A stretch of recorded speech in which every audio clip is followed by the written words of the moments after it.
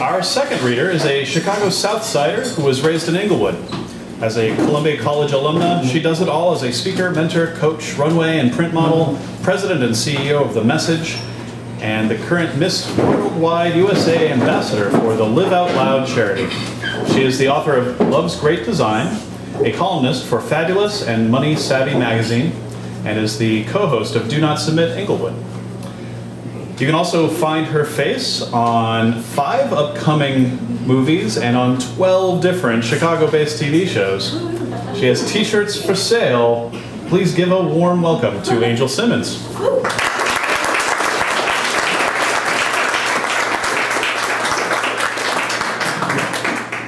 These t-shirts. Yeah.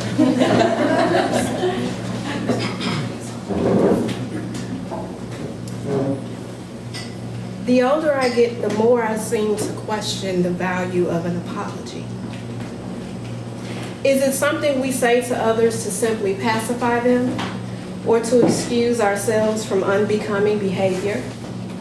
Like, I'm so sorry I'm late, when I really didn't want to come anyway.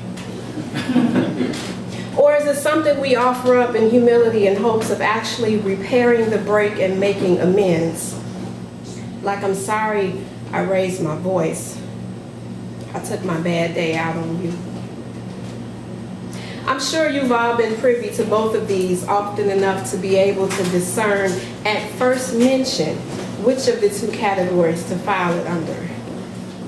A quick nonchalant sorry as your coworker, that coworker, bumps into your desk and knocks over a stack of carefully organized papers. And then he kept right on walking. Or a muffled and disconnected sorry from your significant other at 6 a.m. as you reach for your coffee mug in the cabinet, only to find that they forgot to wash the dishes again. They continue sipping their latte. How about an angry and forced sorry your child belts out through clenched jaws after being scolded for hitting their sibling? The fight resumed when you left the room. We say sorry so much that we don't even pause. However, the art of an apology is often well crafted with our own emotional baggage. Some bags are quite heavier than others. Allow me to share my most memorable 3. The first messy apology was from the doctor. After a few months of unexplained abdominal pain, I ended up on her table with my feet in the stirrups again. She finally explained to me that I had a small fibroid, prescribed pain medication and birth control pills, which allegedly would stop their growth and ease my discomfort. Then she sent me on my way. 1 year later, I was in just as much pain as before, and my small growth had now grown 7 times larger. I'm sorry, she said. Looks like we need a new plan.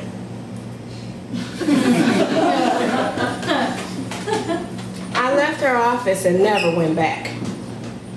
In light of this new discovery and at the prompting of my new doctor, I was eventually scheduled for surgery, which leads me to the second messy apology from my supervisor.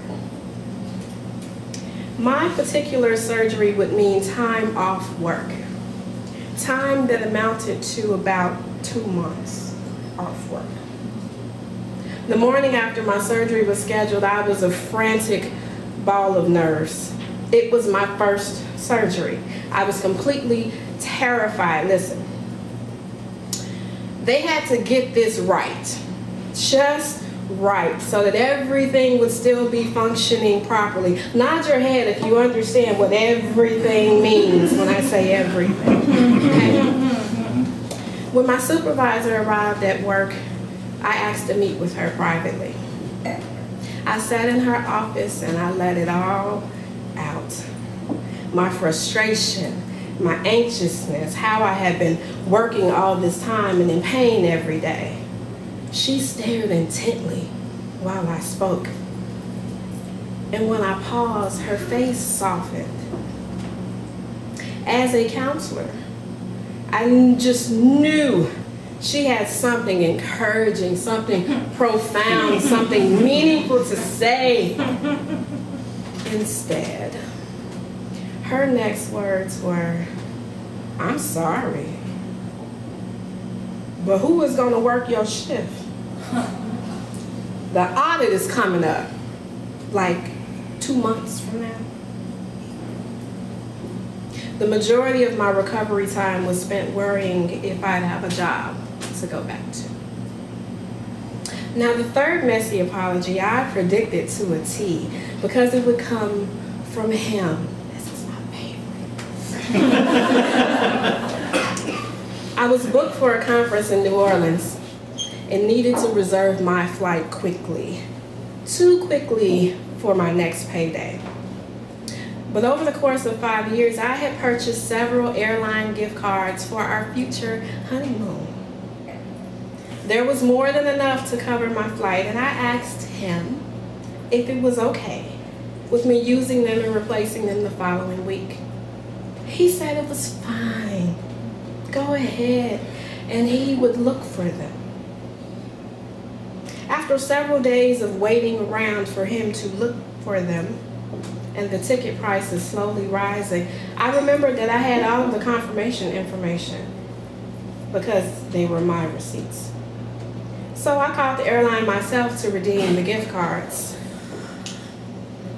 only to hear that they had all been redeemed the previous year by him on a business flight that he didn't take alone. I stopped by his job when I got off work. And I told him to come outside with a smile. He met me at the car, and after exchanging hugs and pleasantries, I even took him a few cans of that tea he likes that they sell at Walgreens when it goes on sale for 50 cents. After exchanging hugs and pleasantries, I asked him if he had a problem booking my flight today, since he and her had used our honeymoon money the previous year. He was quite confused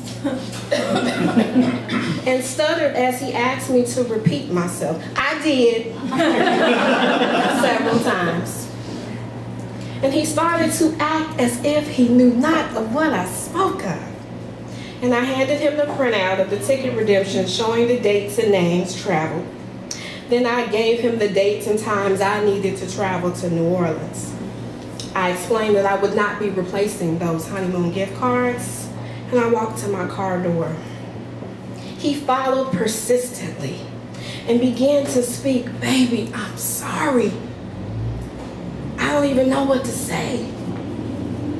Then he continued to apologize for the next hour, standing outside, until he finally saw that I had no emotion whatsoever left in my face. I sat in my seat, put on my shades, and blasted Usher's "Bad Girl" as I drove away. What was your most memorable apology?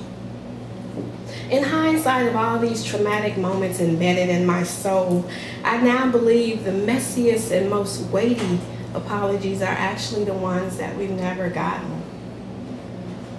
The friend that betrayed your confidence and blabbed your secrets in public. The date that left you waiting in the cold with no explanation who didn't answer the phone. That neighbor that you know ran over your beloved pet but won't admit it. Sometimes a simple and heartfelt "I'm really sorry" can turn the entire situation around. I was a jerk. I forgot. I wasn't listening. You were right. Men, it's okay to say.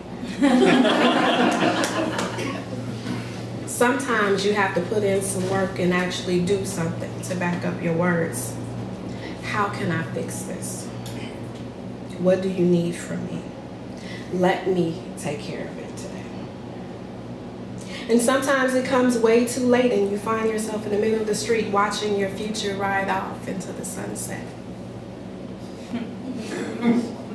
But what I do know for sure is that it's always worth the effort. The effort that it takes to reassure someone that we actually mean what we say and that we'll do our very best to make things right. And if you don't agree with me about that, I'm sorry you feel that way. But you're wrong.